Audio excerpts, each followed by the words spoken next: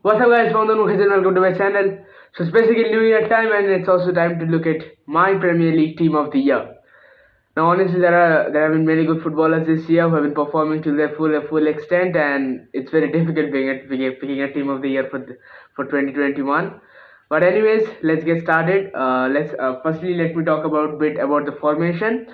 I'm going for a 4-3-3 with two high-flying wing fullbacks, two solid centre backs, a CDM, a box-to-box midfielder, a number 10, two inside for inverted wingers, and a striker.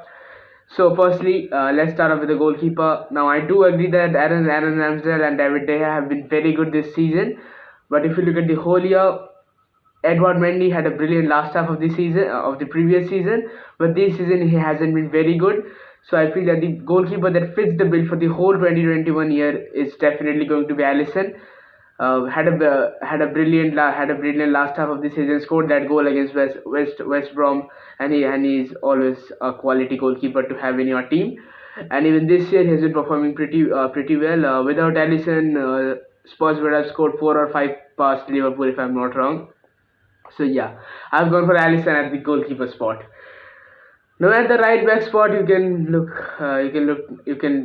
anywhere else other than Trent Alexander-Arnold. This season he has been performing brilliantly. Last half of the previous season he wasn't that good, but this season it's just been quality, man. You don't need a number 10 when you have a full back of his quality. Brilliant passing, brilliant crossing. He's just brilliant. He's defensively not very solid, but offensively he's definitely one of the best in the world.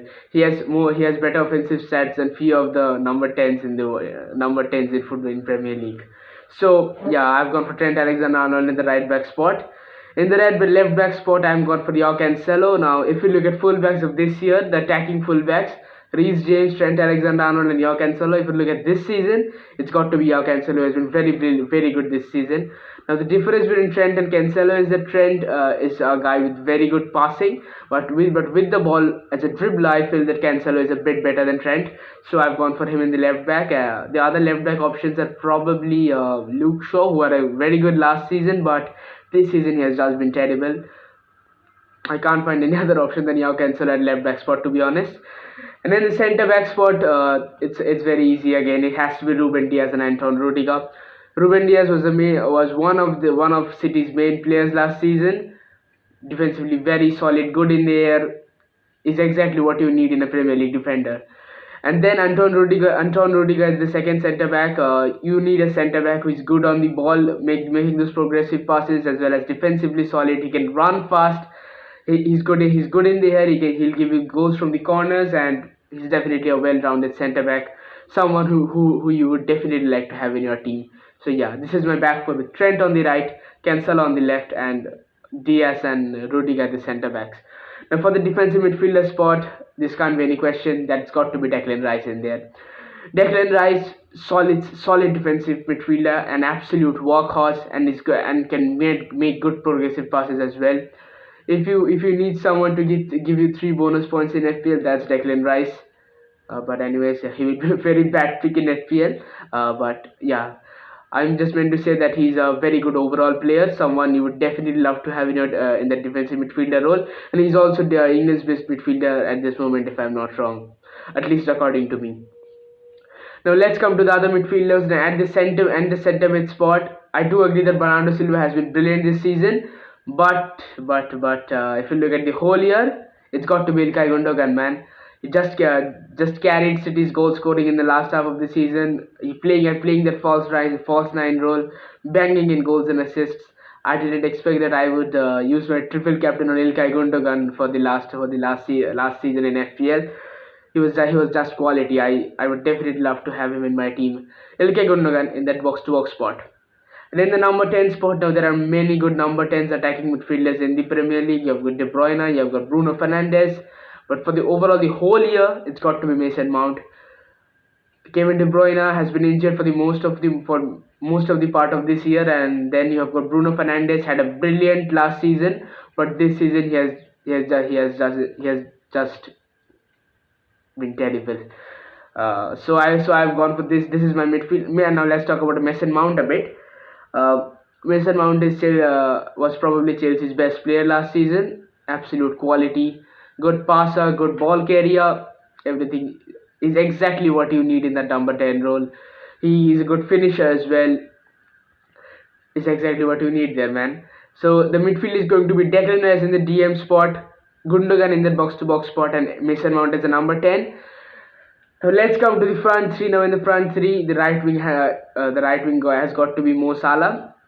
Who else? He has just been he has just been probably the player of the year in the Premier League this season. Absolute quality last season and this season. Second in the Golden Boot last season, topping the Golden Boot chart this year. He's just quality. He's just quality, man. Now let's come to the left wing spot. Now in the left wing spot, you have got many options in there. You could choose Rafinha, who can also play through the left if I'm not wrong. You've also got few other options. You've got Phil Foden, you've got Emil Smith Rowe, but I feel that Smith Rowe had a very good this season, but previous season he wasn't as good as like the others I'm talking about. But I feel that the left wing spot should go to Heung-min Son. He was fourth in the Golden Boot tally last season, and this year he has been literally carrying Spurs under Nuno, and even under Conte is performing well. He deserves that left winger spot. Heung-min Son, absolute quality through the left hand side. Now up top there are many options as well. I can go for Diego Jota. Already scored 10 goals this season, but last half of the previous season he was injured for a certain amount of time. He was pretty good. Now next is Mikel Antonio. He was also a great player for the whole year. But the guy I'm going for is Harry Kane. Now people would laugh at my choice, but I'm going for him simply because of the quality, and also he was great last season. And under Conte, Harry Kane is rediscovering his form. Scored the penalty against Southampton the previous day. Would have scored another if his armpits hair weren't offside for the second goal. Uh, scored against Liverpool, scored against Palace. Already has 4 goals till now, three in the last 3 games as well. So I feel that Conte is again trying to get the best out of Harry Kane. And if you look at quality, there is no way we pick anyone else other than Harry Kane for the whole year. He was just brilliant last season, absolute quality.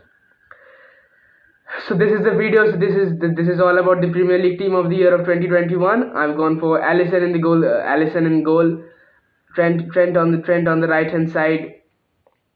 Left back he got to be Joao Cancelo, centre back of Diaz and Rudiger, defensive midfield of Declan Rice. At the box to box role I've got for Ilkay Gundogan, and at the number 10 role I've got for Mason Mount, and in the front three I've got for Salah, Son and Harry Kane. So this is my team of the year. Don't forget to like, share and subscribe, and do let me know in the comments who would you like to have in your team of the year. Till then, bye bye.